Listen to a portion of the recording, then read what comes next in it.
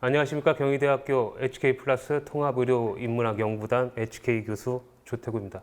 제가 오늘 여러분한테 말씀드릴 것은 제 책 코로나19 데카메론에 담겨있는 제 글 혐오의 시대 올드노멀을 꿈꾸며라는 글에 대해서 말씀드리고자 합니다.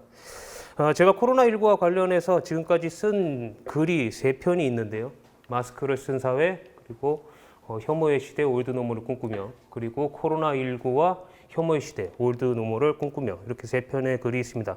마스크를 쓴 사회하고 혐오의 시대 올드노멀을 꿈꾸며는 코로나19 그 데카메론에 수록되어 있는 글이고요. 이건 학문적인 글은 아닙니다. 그 마지막에 코로나19와 혐오의 시대 올드노멀을 꿈꾸며는 혐오의 시대에서 제가 다루었던 혐오와 인종차별 문제, 이거를 학문적으로 좀 발전시켜서 모 학회에서 발표했고, 아마 8월 달 말쯤 제가 논문 심사를 정상적으로 통과한다면 아마 발표될 그럴 논문입니다. 그러니까 오늘 발표할 내용 중에 혐오와 인종주의와 관련된 문제에 조금 더 관심이 있으신 분들은 나중에 무사하게 출간이 되면 그 참고를 해 주실 수 있을 거라고 생각합니다. 이 3글을 통해서 제가 하고 싶었던 말은, 지금 팬데믹이라는 예외적인 상황 속에서 우리가 잊고 있는 혹은 소외되고 있는 어떤 기존의 가치들, 그리고 그 가치들의 소외가 가져오는 위험에 대해서 말씀드리고 싶었던, 한번 좀 생각해 볼 수 있는 기회를 갖고자 해서 글을 썼습니다. 오늘 그 마스크를 쓴 사회에서는 이제 마스크라는 어떤 하나의 상징을 통해서 그런 얘기를 하고 싶었고, 혐오의 시대 올드노멀을 꿈꾸며라는 건 지금 만연해 있죠. 세계 곳곳에서 만연하고 있는 이런 인종주의나 혐오의 문제와 관련해서 얘기를 드리고자 했습니다. 굉장히 좀 시간이 많지 않기 때문에 간단하게 굉장히 좀 개괄적인 얘기만 좀 드리겠습니다. 먼저 혐오가 무엇인가에 대해서는 일단 사전적으로는 위험한 것으로 인식된 어떤 것에 대한 강한 반감이라고 되어 있습니다. 자, 근데 여기서 위험한 것이라는 것은 뭐냐? 그럴 때 근접 접촉 혹은 섭취, 만지거나 어떤 접촉하거나 아니면 음식을 먹음으로써 감염 혹은 오염되는 그런 힘에 대한 그것을 위험한 것이라고 하는 것이죠. 그래서 종합해서 얘기하면 감염 혹은 오염 가능성을 가진 무언가에 대해 나타나는 부정적인 반응 감정이 혐오다. 이 혐오에 대해서 기존에 존재하는 이론은 2가지가 있습니다. 하나는 사회심리학적 입장과 이제 진화심리학적 입장인데, 이 두 입장이 서로 대립하는 것은 아닙니다. 사회심리학적 입장이라고 해서 이런 혐오에 어떤 진화적인 기원이 있다는 것을 부정하는 것도 아니고, 진화심리학적 입장이라고 해서 이 진화를 어떤 자연적으로 발생되는 이런 혐오라는 것이 문화적인 맥락에 따라서 변화된다는 걸 거부하는 건 아닙니다. 다만 그 차이는 어느 것을 더 중요하게, 어느 것이 더 중심적인 역할을 하는가에 대해서 입장의 차이가 있는 것이다.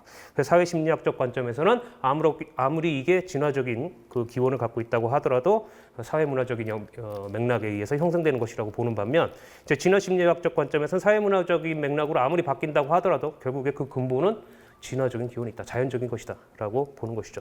자, 먼저 사회심리학적 입장에서 살펴보면, 이제 누스바움이라고 가장 유명한 그 혐오 연구자죠. 국내에서 이번에 중앙일보에서도 한번 인터뷰를 하긴 했었는데, 누스바움 같은 경우는 혐오를 2가지 다른 혐오로 구분하고 있습니다. 하나는 원초적 대상에 대한 혐오고, 하나는 투사적 혐오인데, 이제 원초적 대상에 대한 혐오라는 것은 그냥 시체, 그리고 피, 그리고 똥 있죠.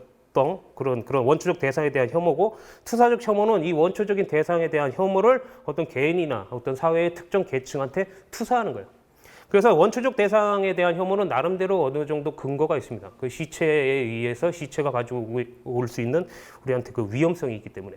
근데 투사적 혐오는 아무 근거가 없어요. 다만 이 원초적 대상에 가지고 있는 거기에 대해서 반감을 어떤 사회적 소외 계층이나 어떤 사회적 약자한테 투사해버리는 거죠.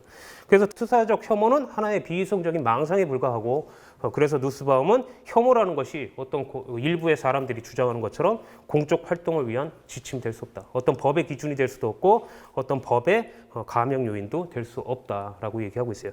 그래서 인간의 존엄성에 대해서 가장 끔찍한 폭력이 혐오이다. 레온카스 같은 사람은 이제 혐오라는 것이 인간의 지성을 넘어서는, 지성 이전의 어떤 보다 심오한 지혜를 담고 있는 것이라고 말한다면, 누스바움은 그렇지 않다. 혐오야말로 사회적 약자, 그리고 소외 계층을 동물 이하의 자리에 위치시키는 어떤 인간에 대해서 가해진 끔찍한 폭력이라는 것이죠. 근데 팬데믹 상황에서 이 누스바움의 이론이 정확하게 적용될 수 있는가 하는 거죠. 일단 우리가 팬데믹 상황에서 세계 곳곳에서 혐오가 발생하고 인종주의가 발생하고 있는데 과연 그것을 투사적 혐오로 볼 수 있겠느냐. 여러 가지 살펴봤을 때 지금 팬데믹 상황에서 발생되는 혐오와 인종주의는 오히려 원초적 대상에 대한 혐오에 가깝다. 그래서 그 사회적 심리학적 입장에서는 팬데믹 상황에서의 혐오에 대해서 적절하게 대응하기가 좀 어렵습니다. 원초적 대상에 대한 혐오는 나름대로 타당성이 인정받고 있기 때문이죠. 그래서 진화 심리학적 입장에서 보면 그 타당성이라는 것을 좀 더 쉽게 알 수 있는데 기존에 우리가 가지고 있는 면역 체계는 두 가지로 구분하고 있습니다. 하나는 선청 면역과 이제 후천 면역이죠. 태어날 때부터 가지고 있는 면역 체계고 그다음에 이제 후천 면역, 항체가 생성되는 이런 면역 체계인데 이 면역 체계는 기본적으로 문제가 있습니다. 뭐냐면 일단 감염된 이후에 작동하는 것이라는 것이죠. 그러면 만약에 진화적 관점에서 감염 자체를 미리 차단해 버리는 어떤 체계가 있다면 그런 기능을 갖고 있는 개체가 이런 사회에서 진화적 과정에서 굉장히 유리한 입장을 취할 것이라는 건 자명한 것이고요. 실제로 연구자들이 그런 게 있다. 인간한테 혹은 동물한테. 그게 행동 면역 체계라는 거예요. 행동 면역 체계라는 건 행동 회피에 도움이 되는 적응 심리적 반응이고 메커니즘을 이렇습니다. 감염 가능성을 인지하고 혐오를 느껴. 그리고 피해버리는 거죠. 그러니까 몸에 닿기 전에 이미 피해버리는 거예요. 그래서 감염 위험에 대한 인류가 취한 선제적인 대응 전략이 바로 혐오다. 그럼 팬데믹 상황에서의 이런 혐오는 지금 감염 가능성이 도처에 있죠. 팬데믹 상황에서. 그리고 행동 회피는 여러분들이 이미 다 몸으로 실행하고 있습니다. 이미. 곡 떨어져 앉았잖아요. 그죠? 그러니까 감염 가능성과 행동 회피가 이미 존재하는 상황에서 혐오가 발생하는 것은 어떻게 보면 굉장히 자연스러운 현상이다. 그러면 진화 심리학적 관점에서 혐오에 대해서 가할 수 있는 비판은 뭐냐? 이건 우리가 원시 시대에 인간이 아무것도 알지 못할 때 의존했던 그런 무지의 상황 속에서 어떤 효과적인 것이었을 뿐이지 지금 과학이 굉장히 발달될 때 이 상황에서 이건 이미 시대가 지나가 버린 진화론적 잔재다라고 말을 하고 싶은데 팬데믹 상황이 어떤 상황입니까? 절대적인 무지 상황에 있는 상황이에요. 원시 시대로 돌아간 상황이란 말이죠. 기존의 알미 다 무력해진 이 상황이란 말이죠. 그래서 진화 심리학적 입장에서 취하는 혐오에 대한 그 반론도 그다지 효과적이지 못하다라는 거예요. 그게 우리가 지금 처해 있는 상황이란 말이죠. 자, 그래서 기존의 이론들을 무력하게 만드는 팬데믹이라는 상황이에요. 그리고 이렇게 된 건 당연합니다. 왜냐하면 팬데믹이라는 것이 기존의 우리의 사회 문화 여러 가지 요소들을 형성하고 있는 기존의 가치들이 흔들리고 있는 잠시 중단된 상황이란 말이죠. 그래서 혐오에 대한 해법은 사실 예전서부터 정해져 있습니다. 이거예요. 자유롭고 평등한 인간 개인에 대한 어떤 인간을 오염원으로 보는 것도 아니고 인간 이하의 어떤 동물과 유사한 것으로 보는 것도 아니라 하나의 자유롭고 평등한 인간 개인으로 봐야만 혐오를 극복할 수 있는데 팬데믹 상황은 기존의 가치에 대해서 지금 중지시켜 놓은 상황이기 때문에 이 위험에서 벗어나기가 상당히 어려워진다. 그래서 우리는 기존의 가치, 올드 노멀이라고 칭해지는 기존의 노멀의 가치를 회복시키길 노력해야 되는데 그럼에도 불구하고 우린 너무 빨리 지금 유노멀에 대해서 말하고 있는 것이 아닌가라는 것이 제가 그래서 말하고 싶었던 얘기입니다. 얘기는 이 정도로 하고요. 질문을 받도록 하죠. 뉴노멀에서 나와 너를 연대하는 매개가 있어야 그 상호 간의 연대가 가능하다고 이야기를 하셨는데 그 매개를 구성하기 위해 어떤 요소들이 필요한지에 대해서 궁금합니다.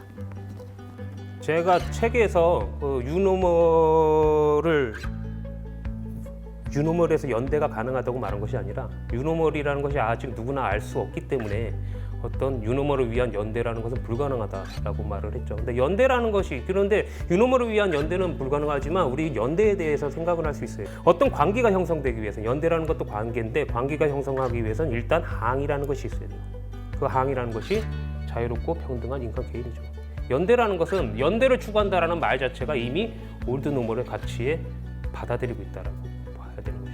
그 올드 노멀의 가치를 깨우치기 위해서 연대의 중요성을 다시 한번 강조하시는 모습인데 그러면 이제 이런 마스크를 쓴 사람들을 혐오의 시선이나 혹은 뭐 자유를 억압하는 조치다라고 생각하기보다는 이런 마스크를 씀으로써 이제 사회 공동체 구성원의 안전을 조금 더 배려한다는 것의 상징으로서 마스크를 이해할 수 있을까요?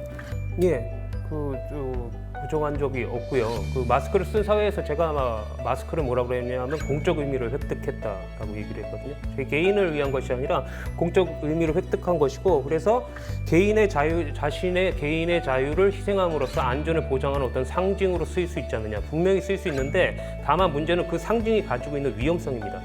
마스크라는 것이 이런 어떤 개인의 안전을, 개인의 자유를 희생함으로써 안전을 보장하는 상징으로 작용할 수 있는 건 팬데믹이라는 예외적인 상황이어야지, 이것이 일상적인 상황에서 그 상징으로 계속해서 쓰인다?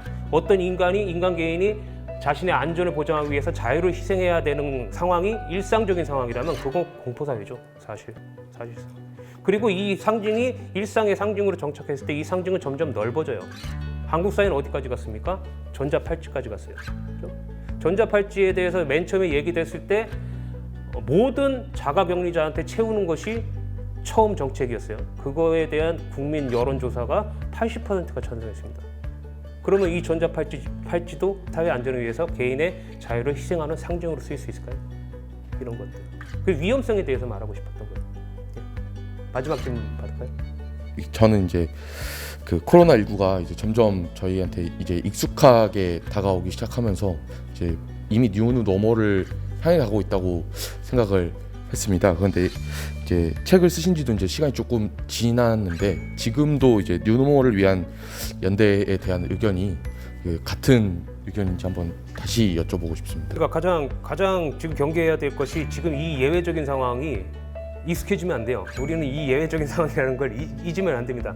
그리고 유노멀을 위한 어떤 노력이 있다라고 그러면 저는 그 유노멀에 대한 어떤 의미 있는 노력이 가능하다면 그건 올드노멀로 가기 위한 노력을 통해서만 유노멀을 위한 노력이 가능하다고 생각을 해요. 가령 이런 겁니다. 우리가 한 학기 동안 비대면 강의를 했죠. 근데 비대면 강의를 통해서 기존의 대면 강의가 가지고 있는 장점들도 발견할 수 있었고, 그리고 단점들도 발견할 수 있었겠죠.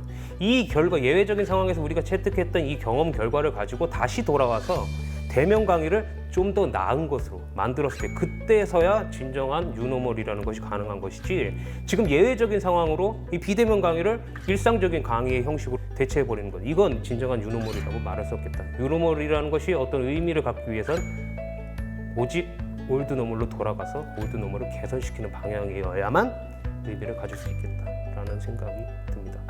예, 질문 마지막 이렇게 질문 받고요. 제가 마지막으로 하고 싶었던 건 아까 이제 질의응답 속에서 말씀드렸지만 제가 강조하고 싶은 건 딱 하나입니다. 지금이 예외적인 상황이라는 것을 잊지 말 것. 그리고 우리는 반드시 돌아가야 합니다. 이것을 끝까지 조금 힘들더라도 우리가 항상 돌아가야 할 그곳이 있다는 것을 잊지 말아야 된다는 것 말씀드리면서 강의 마치겠습니다. 감사합니다.